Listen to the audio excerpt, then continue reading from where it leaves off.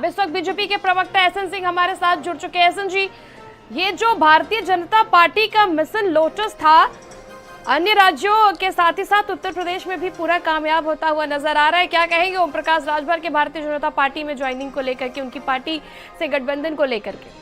नहीं, देखिए, हमारा तो बहुत सुंदर नारा है, सबका साथ, सबका विकास, सबका विश्वास और सबका प्रयास। और कई लोग सिर्फ अपना विकास और अपने प्रयास का कार्य करते हैं, तो निश्चित तौर पे जो सबके विकास की बात करता है उसके साथ बहुत सारे लोग जुड़ते हैं। तो आदरणीय प्रधानमंत्री जी के नेतृत्व में जो सेवा, सुशासन और गरीब कल्याण की योजनाएं चल रही, अंत्योदय की परिकल्पना को पूरा किया जा रहा है, निश्चित तौर पे उससे बहुत सारे लोग अभी आगे भी जुड़ेंगे, क्योंकि भारतीय जनता पार्टी अपने सभी लोगों को साथ लेकर चलती है। जो अपना होता है उसको सर पर लगाकर चलती है, जो अपना नहीं होता है उसको अपना बनाकर चलती है। तभी तो भारतीय जनता पार्टी आज 2 सीटों से देश नहीं दुनिया की सबसे बड़ी पार्टी हो गई है, क्योंकि भारतीय जनता पार्टी विश्वास, विकास और प्रयास की राजनीति करती है। विश्वास दिलाती है कि जहां भी भारतीय जनता पार्टी की सरकार रहेगी वहां हम जन कल्याणकारी कार्यों को करेंगे, अंत्योदय की परिकल्पना को पूरा करेंगे, गांव गरीब के खुशहाली के लिए कार्य करेंगे। और जब विकास के कार्य करते हैं और लगातार ये प्रयास करते हैं कि सभी समाज के लोग भारतीय जनता पार्टी से जुड़े, तो सभी समाज के लोग भारतीय जनता पार्टी से जुड़ते हैं। और कुछ लोग इतने अहंकारी होते हैं जो न परिवार को एकजुट कर पाते हैं, जो न स्वयं अपनी कोई समरूपता दिखा पाते हैं, न अपने सहयोगियों को साथ लेकर चल पाते हैं। तो निश्चित तौर पे सभी लोग विकास के बिल्कुल एसएन जी, तो आपको क्या लगता है 24 की जो लड़ाई पूर्वांचल में है, ओम प्रकाश राजभर का इसमें पूरा साथ है और राजभर पर इतना भरोसा और उनके वोट परसेंटेज का भारतीय जनता पार्टी को है, क्योंकि अब वो एक पार्ट हो चुके हैं एनडीए का? देखिए, भारतीय जनता पार्टी की सरकार जो है वो 2014 से केंद्र में हो और लगातार आदरणीय प्रधानमंत्री जी के नेतृत्व में जिस तरह से बिजली, पानी, सड़क सुरक्षा, स्वास्थ्य, शिक्षा के लिए कार्य किया जा रहा है, जैसे अंत्योदय की परिकल्पना को पूरा किया जा रहा है, उसके नाते मुझे लगता है न सिर्फ पूर्वांचल, पश्चिमांचल, बल्कि पूरा देश भारतीय जनता पार्टी के इन नीतियों के साथ है, प्रधानमंत्री जी के साथ है। क्योंकि आज देश को एक ऐसे प्रधानमंत्री मिले हैं जो संत कहा करते थे कि वृक्ष कबहू नहीं फल बके, नदी न संचय नीर, परमार्थ के कारण साधु धरा शरीर।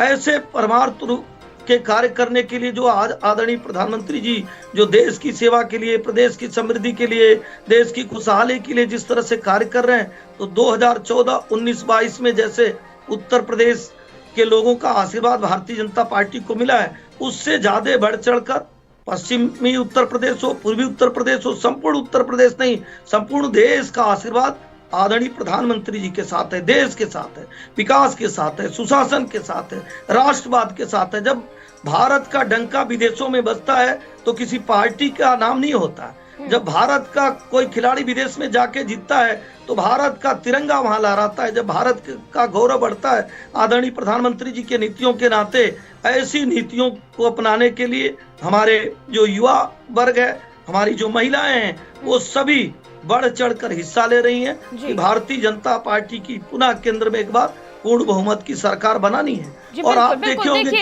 एक तरफ ओम प्रकाश राजभर का ये भी कहना है कि जो भारतीय जनता पार्टी की नीति है उस पे हम चल रहे हैं और वो शामिल भी हो गए भारतीय जनता पार्टी में, लेकिन विपक्ष लगातार हमलावर है। उसको कहना है कि ओम प्रकाश राजभर जो है उनका जो है वो बिन पैंदी के लोटे हैं, इधर उधर भटकते रहते हैं, कभी इधर चले जाते हैं, कभी उधर चले जाते हैं। इस पर क्या कहेंगे आप? विपक्ष लगातार हमलावर है। आप देखिए विपक्ष की नीतियां क्या हैं।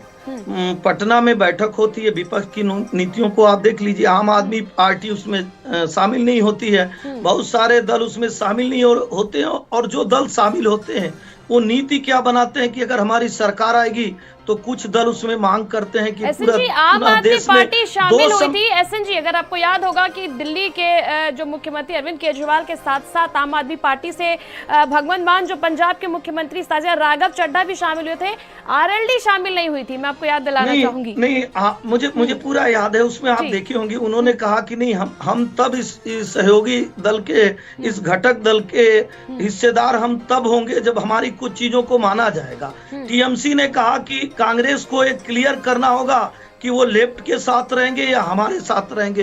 केरल के मुख्यमंत्री इनके प्रदेश अध्यक्ष को भ्रष्टाचार में बंद करा के एक मैसेज देने का कार्य किए कि आप तय कर लीजिए कि आप टीएमसी के साथ रहेंगे, हमारे साथ रहेंगे। सबसे बड़ी बात उसका निकल कर ये आया था कि बहुत सारे ऐसे दल वो चाहते थे कि जब सरकार कभी अगर हमारी बनेगी, पुनः देश में 2 संविधान चाहिए, पुनः 370 चाहिए।